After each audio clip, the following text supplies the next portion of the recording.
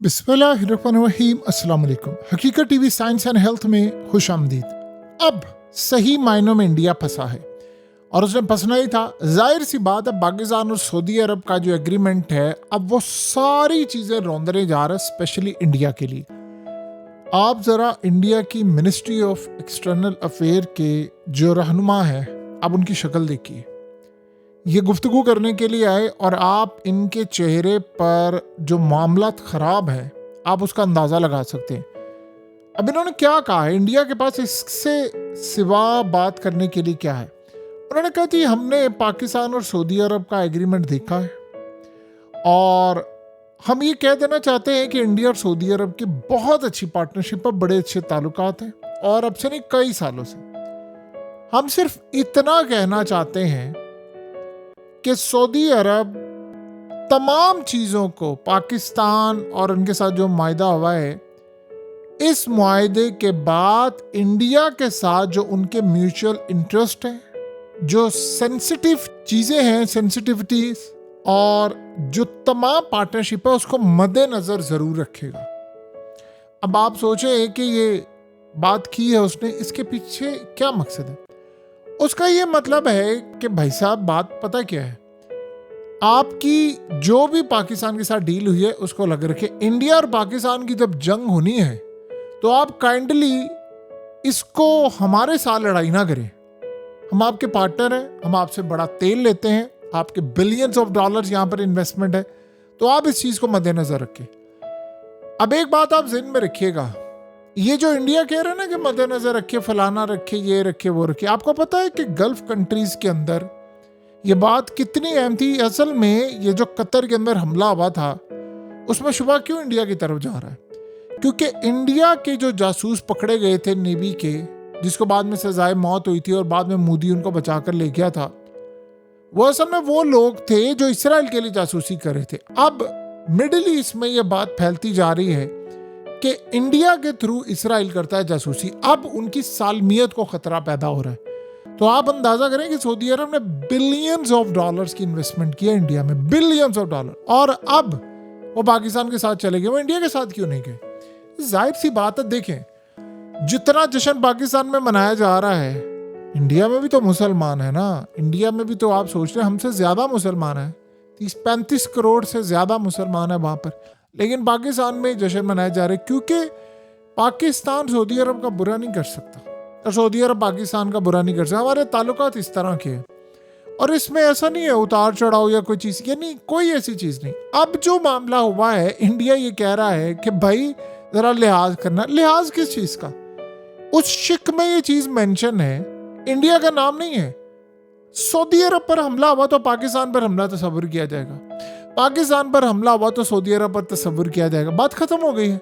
क्या मोहम्मद बिन सलमान ने साइन करने से पहले ये चीज़ मद्देनजर नहीं रखी कि इंडिया अटैक करने के लिए जा रहा है पाकिस्तान पर, ऑपरेशन सिंदूर?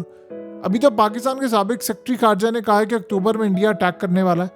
आप उनका आर्मी चीफ देख लें, वो कह रहे हैं जंग होने वाली है। CDS को देख लो, उसने कहा जंग होने वाली है। उनका एयर चीफ, सब कह रहे हैं जंग होने वाली है। ऑपरेशन सिंदूर 2 वो करने के लिए जा रहे हैं। क्या वो नहीं करेंगे ऑपरेशन सिंदूर? आप एक बात बताइए, जो इसराइल इस वक्त ये देख रहा है कि सऊदी अरब ने पाकिस्तान के साथ मुआहदा कर लिया है, कि जाहिर सी बात है, देखिए सऊदी अरब को यमन से कोई खतरा नहीं है, अब उनकी सुलह हो चुकी है। सऊदी अरब को ईरान से कोई खतरा नहीं है, उनके मामला ठीक हो चुके हैं, उनके आपस की अब कोई लड़ाई नहीं है। उनको खतरा एक ही मुल्क से, और वह इसराइल। और इसराइल से जो उनको खतरा है, उनको पता है कि पाकिस्तान अब सामने आकर खड़ा हो गया और पाकिस्तान का दिफा, हमारी एयरफोर्स। देखिए, अगर हम राफेल गिरा सकते तो हम F-35 नहीं गिरा सकते?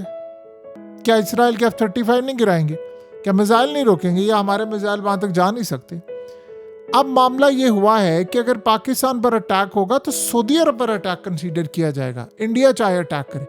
इंडिया अब ये कह रहा है कि जब हम करेंगे ना तो आप काइंडली जरा पीछे रहिएगा, आप अपने और हमारे ताल्लुकात को देखिएगा, ये ना देखिएगा कि हमने आप पर हमला किया, हमने तो पाकिस्तान पर हमला किया। अब वो दिन चले गए जब खलील खान फाख्ता उड़ाया करता था, ये वो दिन नहीं है। ये मामला हो गया खत्म। अब सऊदी अरब पर दुनिया का कोई भी मुल्क हमला करेगा तो हम दिफा करेंगे, हम लड़ाई भी करेंगे और आखिरी हद तक लड़ाई करेंगे, और सऊदी अरब यही करेगा। यानी अब वो दिन नहीं है कि इंडिया पाकिस्तान की जंग हो तो एक स्टांस लिया जाए कि नहीं यार आप ये काम ना करें, फलाना करें। सऊदी अरब को पता है कि इजराइल के जासूस कौन से मुल्क के हैं, तो लिहाजा ये बात आप अच्छी, कतर को पता है, सबको पता है, लिहाजा अब इंडिया के लिए मसाइल बढ़ चुके हैं। ये जो अब जंग होगी, देखिए इंडिया ने बयानिया बनाया हुआ था पाकिस्तान एक दहशतगर्द मुल्क है, फलाना है, ये है वो है। हमारे इकोनॉमिक वाइज हालात बहुत ख़राब हैं, हमारी पोजीशन बड़ी वीक है। लेकिन ये कहना कि उस पोजीशन के बाद देखिए हुआ क्या है कि पाकिस्तान सऊदी अरब पिछले काफ़ी सालों से पसे पर्दा इस पर मामला कर रहे थे। अब हुआ क्या है, अचानक से ये क्यों हुआ है? दो उसकी वजूहत है। पाकिस्तान ने जो परफॉर्मेंस दी है राफेल को गिराकर, ये बड़ी अहम थी और इसको मिडिल ईस्ट नहीं सारी दुनिया ने वॉच किया है। आप ये कह लें कि जी इंडिया के खिलाफ चाइना की टेक्नोलॉजी इस्तेमाल थी, चलाने वाले में भी तो फन होना। आप किसी अनाड़ी को BMW दे दें, रोल्स रॉयस दे दें, आप उसको फरारी, बुगाटी कुछ भी दे दें, वो उड़ाकर रख देगा। किसी एक्सपीरियंस बंदे को दें जो महारत रखता हो, वो आपको बताएगा कि इसकी कीमत क्या होती है, इसकी वैल्यू कहते किसको है। यही सूरत हाल है, पाकिस्तान की एयरफोर्स ने बताया है। और देखें इंडिया खुद एडमिट करता है, कहने की क्या होता है, अगलों ने एडमिट नहीं किया तैयारी के ने, क्या फ्रांस के एयर चीफ ने नहीं किया, क्या अमेरिका ने नहीं किया, और ट्रम्प क्या कह रहा है, वो कह रहा है कि 7 से ज्यादा तैयारे गिरे हैं और $150 मिलियन के एक तैयारा और इंडिया छुपा रहा है। क्या उसने नहीं कहा? कितनी दफा उसने कहा है? उसने कहा हो सकता है 10 भी गिरे हों। तो आप यहाँ से अंदाजा कर लें कि क्या मामला है। सो ये सबसे अहम बात ये है कि अब जब ये हुआ तो उसके बाद सब मिडिल ईस्ट की कंट्रीज ने, कतर, सऊदी अरब, सब ने देखा। लेकिन जब कतर पर हमला हुआ F-35 से, तो फिर उनको लगा कि नहीं अब पाकिस्तान की तरफ जाना चाहिए, क्योंकि अमेरिका ने दिफा नहीं किया। सो अब उन्होंने पाकिस्तान की पास्ट परफॉर्मेंस देखी, पाकिस्तान के दिफा को देखा कि यार किस हद तक जा सकते हैं। इंडिया के आपको क्या लगता है कि इसराइल के लिए जासूसी करने वाले बस वो 8 ही थे जो कतर में थे, या और किसी मुल्कों में नहीं है? सो ये बात सऊदी अरब को बड़ी अच्छी तरह बताई कि पाकिस्तान उनका कितना डिफेंड करने में मामला आगे ले जा सकता है। सो उन्होंने देखा इनकी परफॉर्मेंस भी है। सो अब ये ज़हन में रखिएगा, अब इंडिया ये भूल जाए कि पाकिस्तान पर वो अटैक करेगा तो ये अटैक अकेला मुल्क पर नहीं। अब सऊदी अरब इसमें गुजरे, सऊदी अरब के पास पैसा है, पावर है, उनके पास तमाम चीज़ें हैं, वो पूरी तरह मैनेज कर सकते हैं चीज़ों को, और वो इंडिया के खिलाफ खड़े होंगे।